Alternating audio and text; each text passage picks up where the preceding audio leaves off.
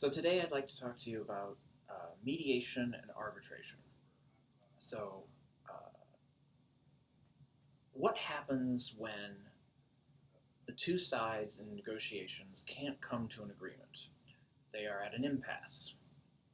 In many cases, this leads to alternative dispute resolution. So many public employees don't have the right to strike. So that's typically not a legal option. So the labor union will sometimes decide to go on strike, which we've talked about teacher strikes in the past. Sometimes those strikes are illegal, and they do it anyway because they don't feel like they have anything to lose. But striking is usually something that is tried to be avoided. The people I know that are in labor unions that have gone on strike or thought about going on strike, it's not something that is taken lightly.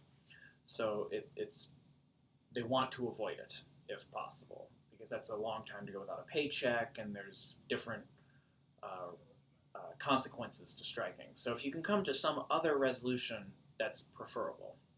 So the two most common that I'm going to talk about today are mediation and arbitration. So these are mechanisms for resolving an impasse. The first, mediation. So an impasse has been reached when important bargaining issues appear to be insurmountable. You just can't, in negotiations, come to an agreement on certain major issues. Or an impasse happens when the relationship between the two sides has degenerated to a point of just name calling and a lot of heated emotions. So, what is mediation exactly? Mediation is when an impartial third party helps others achieve a voluntary agreement on substantive issues in a dispute. So, the mediator is a third party person. It's not somebody who represents the labor union, and it's not somebody who represents the, the, the administration. Mediators are sometimes requested by both parties at an impasse, and in some states, the state public employee relations board will just intervene on their own. So, when you pick a mediator, picking a mediator is very important. It's very important to find a mediator that both sides agree to. So if you have somebody who's very pro labor union, they're not going to be a mediator that's well received by administration. If you have somebody who's very pro administration publicly, then they're going to be a mediator that's not really wanted by the union. You need to agree on who you're going to have mediate the the problem, the impasse. So the mediators have to be accepted by both sides. And what the mediator will do is call a joint session to fully review the most recent proposals. So if you're at an impasse, then you don't have one proposal. You have a proposal from labor and a proposal from administration, and you need to come to some kind of agreement between the two. And there's clearly, if there's a mediator getting involved, clearly it's not happening on its own. So the mediator will review the labor proposal and review the administration proposal and try to find some common ground. This process is very informal, it's private, and it's highly individualistic. So by informal, the discussions are very informal. It's not like a courtroom process. It's private, so anything said in the room stays in the room, so that you can have a free exchange of ideas. And it's individualistic in that its success rate really depends on how much the two sides want to come to an agreement and how good the mediator is at finding common ground between the two. So there are two basic strategies to mediation: non-directive and directive. In non-directive mediation, the focus is on things that are easier to resolve. The mediator tries to focus on where the common ground is and tries to suppress any negative or hostile outbursts during talk. so the two sides become more civil. It's about more like creating an environment where a negotiated agreement can be reached. So the mediator might explore some potential avenues for accommodations. So the mediator will start with something easy, try to keep the two sides being nice to each other, and then maybe throw up some trial balloons where they make suggestions. They make suggestions about what could possibly work. Well, you have a problem with the way administration wants to enforce bus routes and give bus routes to the bus drivers, and they have a problem with how the bus drivers are compensated for running longer routes and bidding for routes. And so, what will make each side happy? How do we come to some kind of agreement where we can compromise and both sides can achieve the outcome they want?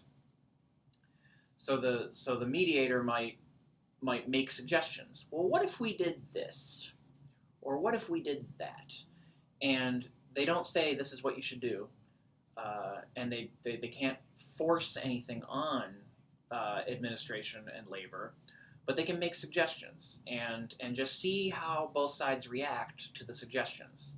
That maybe somehow you can get to an outcome that will make both sides happy on whatever issues that they're at an impasse on. The other strategy is a directive mediation strategy. So this directive is, like in the name, it's more direct. The mediator will help generate options. Will instead of just kind of throwing out suggestions, will say, well, what about this option? That it's much more direct and suggestive. That, like, maybe this is what you should do. They discern points of compromise, and one of the big things that the directive approach is different from the non-directive is that they focus on the consequences of the respective settlement. So keep the two sides focused on the consequences of not coming to an agreement, or the consequences of what each are asking for, to show to show each side why one thing might be unacceptable to the other side, get them to understand their position a little more. The directive mediator attempts to control negotiations and bring things to a close more aggressively than a non-directive mediator, which is focusing more on creating an environment where the two sides can come to an agreement and controlling emotions in the room. The advantage to mediation is that it's flexible, it's informal, and it's inexpensive. You're not getting a lot of lawyers involved. You're not going through some kind of judicial system. You're not fighting this out in courts. It's about coming to an agreement in an informal way. So those are the advantages. It's informal, flexible, and inexpensive. There are some disadvantages to it too. There's no element of finality. There's no guarantee that you'll actually come to an agreement. The mediator can't always make it happen. You can't always get the two sides to come to an agreement and resolve their differences. Sometimes those two sides don't want to. They have to want to make it happen. You can't make people enter into an agreement that they don't want to enter into. So, and that's with any mediation. Mediation only works to the extent that the people involved want to resolve the conflict. If they don't want to resolve the conflict, if they're happy with the conflict, then the conflict continues. So, not being able to have any element of finality is definitely a disadvantage. That there might just be no end in sight. No matter who the mediator is, they can't bring these two sides to an agreement. The other issue is that good mediators are very hard to find. So it takes a special skill to be able to control the emotions in the room, to be able to make both sides trust you, and people. There aren't that many people that are very good at it. So finding a good mediator is often hard. Finding one that both sides can agree on. those are some disadvantages.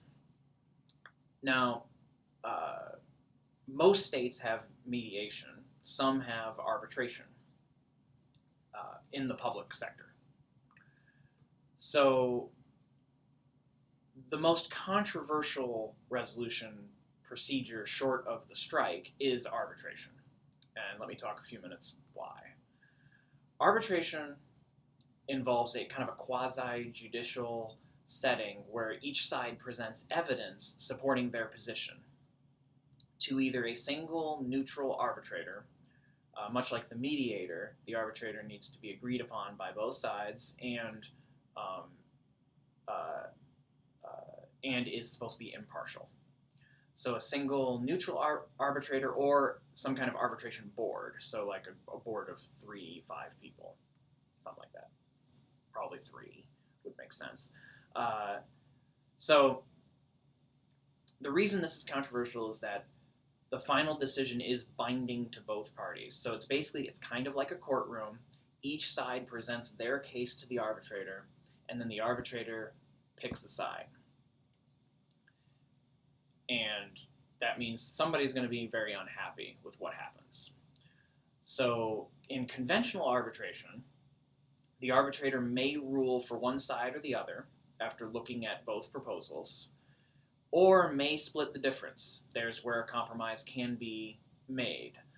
So in conventional arbitration, if the teachers want a 3% raise and the administration wants to give them a 0% raise, and the arbitrator looks at both proposals and decides the school district can afford a 1.5% raise, they might come back and say, we're going to split the difference, we're going with a 1.5% raise, here's what's written up in the contract now.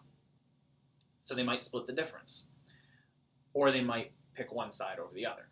In final offer arbitration, that requires the arbitrator to select one proposal over the other. It's the last best offer. So the last best offer from labor and the last best offer from administration, and that's it. You're going to present your case to the arbitrator, and the arbitrator is going to pick a side. And so either the administration is going to get what they want, or the labor union is going to get what they want. And that's it. And so that's why it's controversial, because that can certainly lead to issues in the workplace after a decision has been made. And arbitration is something you go to when, again, you're at an impasse, when it feels like there's just no hope to come to an agreement. And so that's mediation and arbitration. There's also fact-finding, and but we're not going to cover that one in this section, so you should read about that on your own. Thank you, and talk to you next time.